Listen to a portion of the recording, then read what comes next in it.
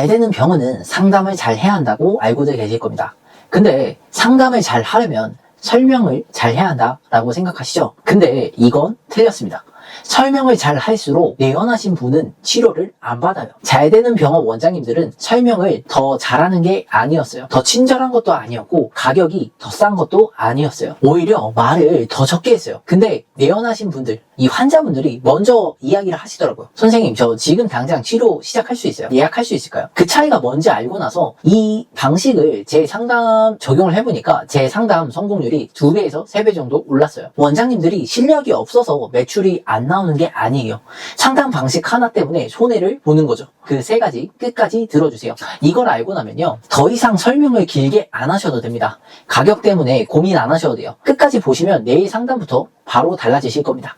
첫 번째, 내원하신 분이 치료를 안 받는 건 설명이 부족해서 라고 생각하시죠? 그래서 더 열심히 설명하셨죠. 근데 설명을 더 할수록 치료를 안 받습니다. 잘 나가는 병원들이 공통적으로 하는 게 있어요.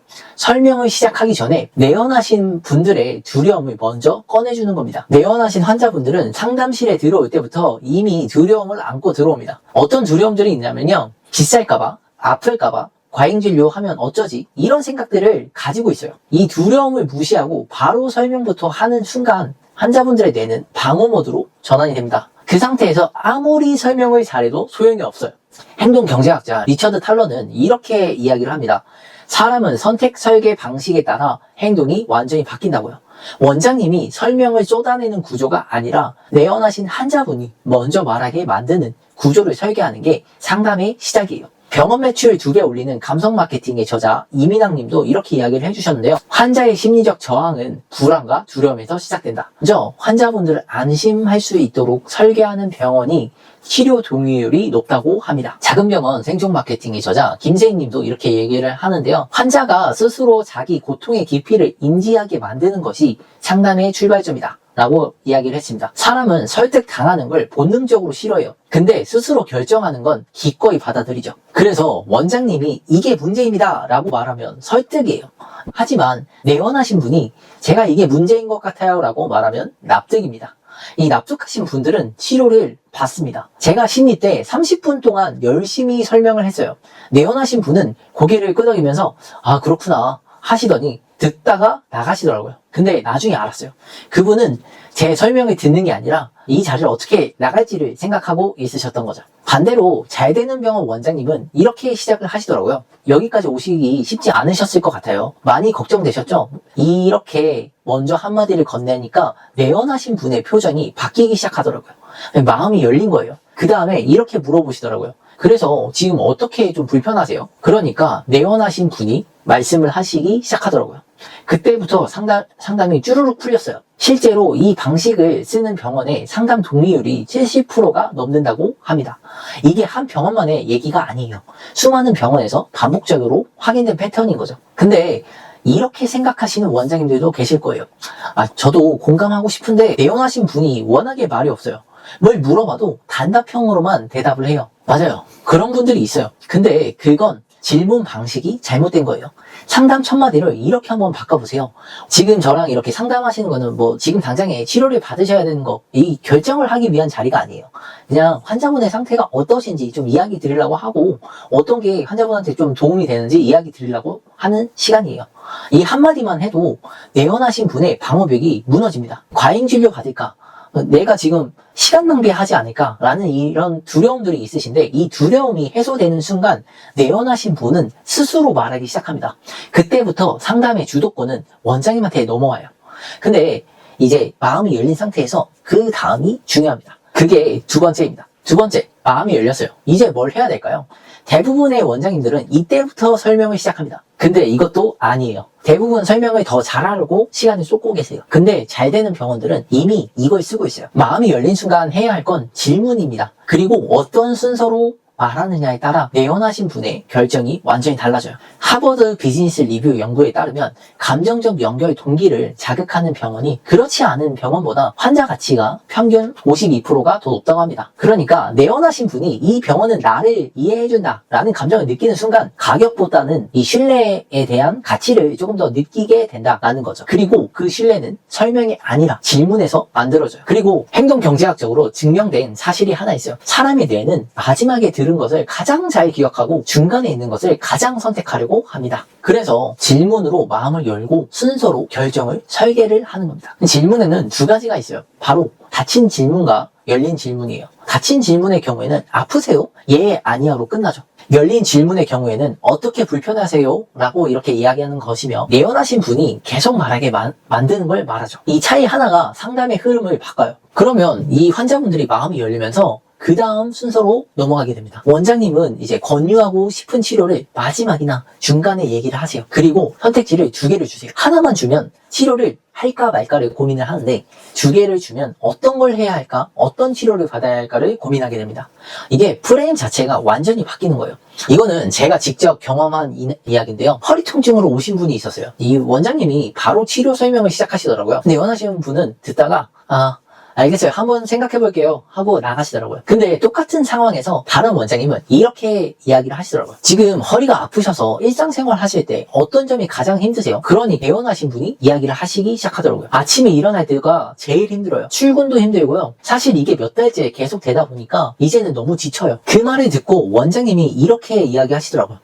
많이 힘드셨겠어요. 그러면 땡땡님, 이 상황에 맞게 두 가지 방법이 가능해요. A안은 집중적으로 빠르게 회복을 하는 방법이고 B안은 일상을 유지하면서 단계적으로 치료하는 방법이에요. 땡땡님 생활 패턴에는 어떤 쪽이 더 맞을 것 같으세요? 이렇게 얘기를 하는 순간 이 환자분이 잠깐 생각하시더니 이렇게 이야기하시더라고요. 저는 A안으로 하고 싶어요. 빨리 나아야 하거든요. 이 순간 스스로 환자분이 고른 거예요. 그리고 치료를 이분은 받고 가셨어요. 설명은 하나도 안 했거든요. 질문만 했어요. 사실 이 방법을 쓰는 원장님들이 많지 않더라고요.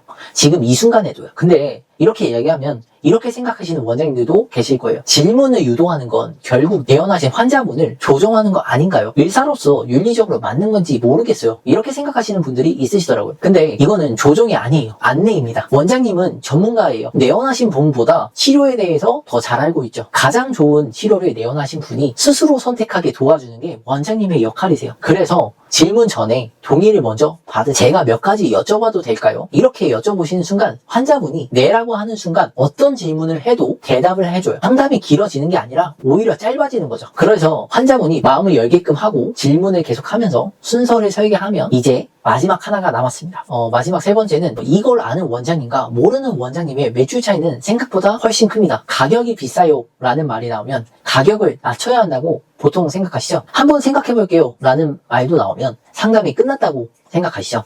근데 이 두 가지 다 거절이 아닙니다. 그리고 이 두 말은 사실 같은 말이에요. 어떤 말이냐면 아직 납득이 안 됐어요 라고 이야기를 하는 겁니다. 로버트 치알디니는 설득의 심리학에서 이렇게 이야기해요. 사람은 가치가 느껴지면 가격을 따지지 않는다. 가격 저항이 생기는 건 설명이 부족해서가 아니다. 가치가 전달되지 않았기 때문이다. 거절도 마찬가지예요. 끌리는 사람은 매출이 다르다라는 이 김주하 작가님도 이렇게 이야기를 하셨거든요. 거절은 안 할게요가 아니라 나를 조금 더 납득시켜줘 라는 것에 대한 신호라고요. 아직 내원하신 환자분이 아직 상담실에 있다는 건 아직 기회가 있다는 거예요. 가격 저항이든 거절이든 핵심은 두려움입니다. 이 두려움을 없애지 않으면 들리지도 않고요. 납득도 되지 않아요. 비쌀까봐, 아플까봐, 결정이 무서워서 이런 두려움들을 어떻게든 해소를 해주셔야 돼요. 그리고 이 두려움이 해소되지 않은 채로 설명을 더 하거나 치료의 장점을 반복하면 어떻게 될까요? 환자분의 방어막은 더 두꺼워질 거예요. 나는 절대 안 받아. 이렇게 되는 경우가 태반입니다. 이거는 제가 직접 겪은 이야기인데요. 상담을 마쳤는데 내원하신 분이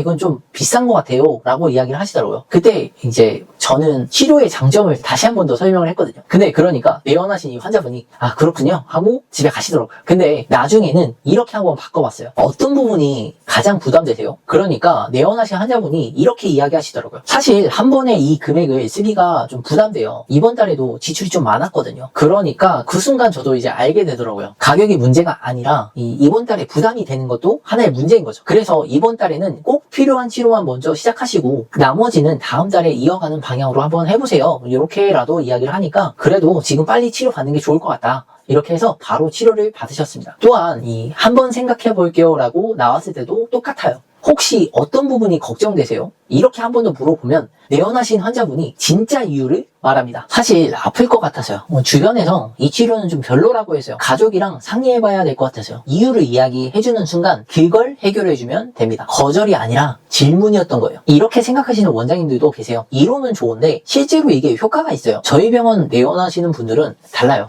말해도 그냥 나가는 분들이 대부분이에요.